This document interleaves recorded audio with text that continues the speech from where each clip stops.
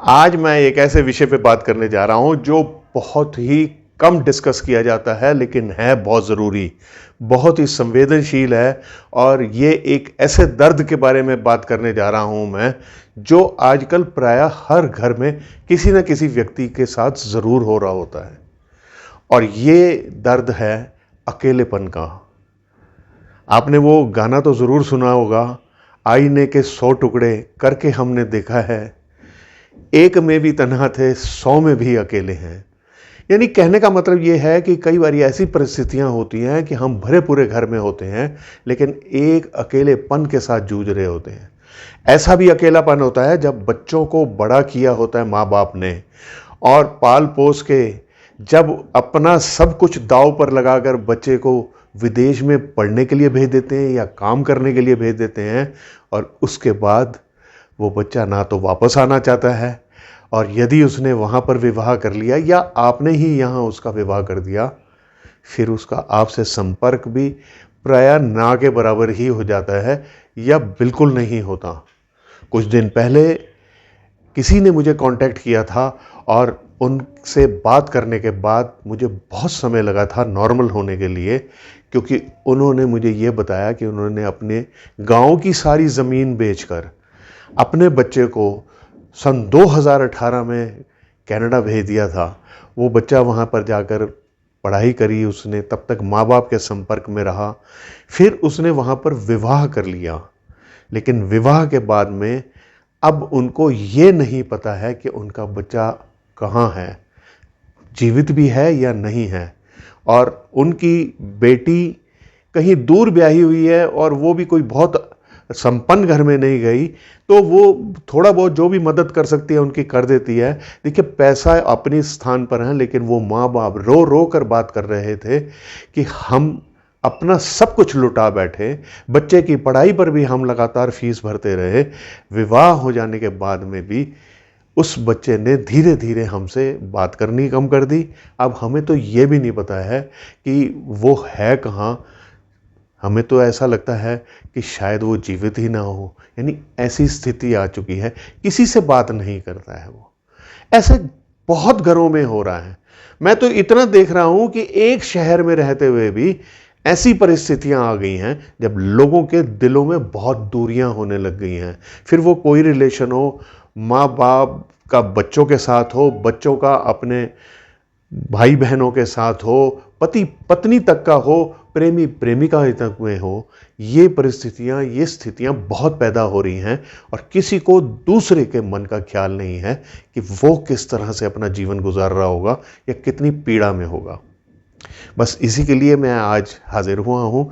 आपको एक मैं ज्योतिषी उपाय दूंगा और एक आपको मैं आचरण का उपाय दूंगा। मुझे उम्मीद है कि जो भी इस उपाय को करेगा उसे सफलता ज़रूर मिलेगी। देखिए, मैं बहुत छोटे छोटे से उपाय आपके समक्ष लाता रहता हूँ, बहुत ही छोटी छोटी जानकारियाँ आपके समक्ष लाता रहता हूँ। इसलिए मेरी हमेशा ये इच्छा रहती है कि आप मेरे इस चैनल को फॉलो सब्सक्राइब ज़रूर कर लें, क्योंकि मैं कुछ ऐसे संवेदनशील टॉपिक्स भी आपके समक्ष उठाता हूँ जो अक्सर डिस्कस नहीं करे जाते हैं, और उनके मैं कोशिश करके उपाय भी आपको देता हूँ। फिर भी देखिए, बात ऐसी है कि कई बार परिस्थितियाँ ऐसी होती हैं, कुछ जन्म कुंडली में ग्रह योग ऐसे होते हैं कि आपको पर्सनल कंसल्टेशन की ज़रूरत पड़ती है। उसके लिए मैं बहुत नॉमिनल सी फीस चार्ज करता हूं, और नीचे मैंने अपना व्हाट्सएप नंबर दिया हुआ है, आप मुझे उस पर कांटेक्ट कर सकते हैं। मेरे इस चैनल को आप भले फॉलो सब्सक्राइब ना करें, लेकिन जो नीचे कमेंट सेक्शन है, इस कमेंट सेक्शन में आप अपनी प्रेजेंस ज़रूर दिखाया कीजिए। कुछ नहीं करना चाहते, लाइक नहीं करना चाहते, डिसलाइक नहीं करना चाहते, तो कम से कम आप वहाँ पर जिसको भी आप पूजते हैं, भगवान राम को पूजते हैं, भगवान शिव को पूजते हैं, गुरु जी को पूजते हैं, कुछ भी आप लिख दीजिए, राम राम, हर हर महादेव, जय गुरु जी, वाहे गुरु, कुछ भी आप लिखिए, लेकिन आप मेरी वीडियो के नीचे रिस्पॉन्ड ज़रूर किया कीजिए। देखिए, इससे क्या होता है कि जो आप लिखते हैं उसमें भी एक ऊर्जा समाहित होती है, और जो उपाय मैं आपको बताता हूँ उन उपायों में भी एक प्रकार की पॉजिटिव ऊर्जा आती है। तो इतनी मेरे को रिक्वेस्ट है आपसे। अब मैं आता हूँ उपाय पे। करना यह है कि शुक्रवार वाली शाम को एक सफ़ेद रुमाल ले लीजिए, बिल्कुल सफ़ेद होना चाहिए, नहीं तो सफ़ेद कपड़ा ले लीजिए, साफ होना चाहिए। उस पर बस थोड़ी सी मिश्री रखिए और 2-3 दाने चावल के रखिए। उसके बाद उसे फोल्ड कर कर अपने पिलो के नीचे यानी तकिए के नीचे रख दीजिए। जिस समय आप ऐसा करें उस समय आप प्रार्थना कीजिए कि मैं अपनी मन से जितनी चिंताएं हैं, जितने भी ऐसे परेशानियां हैं, इनको मैं आज त्यागता हूँ और एक प्रेम की भावना जगाने के लिए मैं ये प्रयास कर रहा हूँ। मेरी भगवान सहायता करना। रात भर उसे आप अपने तकिए के नीचे पड़ा रहने दीजिए। पति पत्नी हैं तो दोनों अपने अपने तकिए के नीचे रखें, क्योंकि यदि वो बच्चे के लिए कर रहे हैं तो दोनों का ही मन उनके लिए व्याकुल होगा। तो ऐसा करने के बाद में सुबह यानी शनिवार की सुबह आप उस कपड़े की पोटली में से वो चावल और वो थोड़ी सी जो मिश्री है उसे किसी पेड़ के नीचे डालिए। देखिए, इसे ना तो कूड़े में फेंकना है और ना ही जलाना है। सुबह इसे पेड़ के नीचे डालिए इस भावना के साथ में कि मैं अपने सारी ऐसी प्रॉब्लम्स, ऐसी सारी परेशानियां, ऐसी सारी इच्छाएं जो मेरे मन में व्याकुलता पैदा कर रही हैं, इन्हें मैं भूमि को अर्पण कर रहा हूं।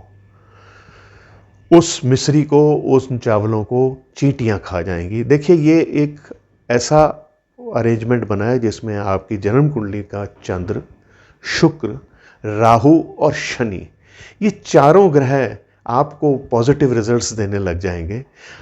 हर शुक्रवार ये करते रहिए, एक लंबे समय तक ज़रूर कीजिए और एक आदत आप और बना लीजिए। हर सुबह उठ के पिछले दिन की 3 अच्छी बातें, कोई भी अच्छी बातें हों, मैं कहता हूं कि जिसके जीवन में कुछ भी नहीं हुआ लेकिन 3 बारी खाना तो खाया है ना, बस अपने भगवान का, अपने ईश्वर का शुक्रिया अदा कीजिए, थैंक्स कीजिए। भगवान तेरा बहुत बहुत शुक्र है मुझे इस वक्त का खाना मिला। भगवान तेरा बहुत बहुत शुक्र है कि मैं ये काम करने लगा, ये काम पॉजिटिव हो गया। कुछ भी ऐसी चीज़ जो आपके जीवन में केवल अच्छी हुई हो, उसके लिए आपने शुक्राना ज़रूर करना है। देखिए, ग्रैटिट्यूड में बहुत ताकत होती है।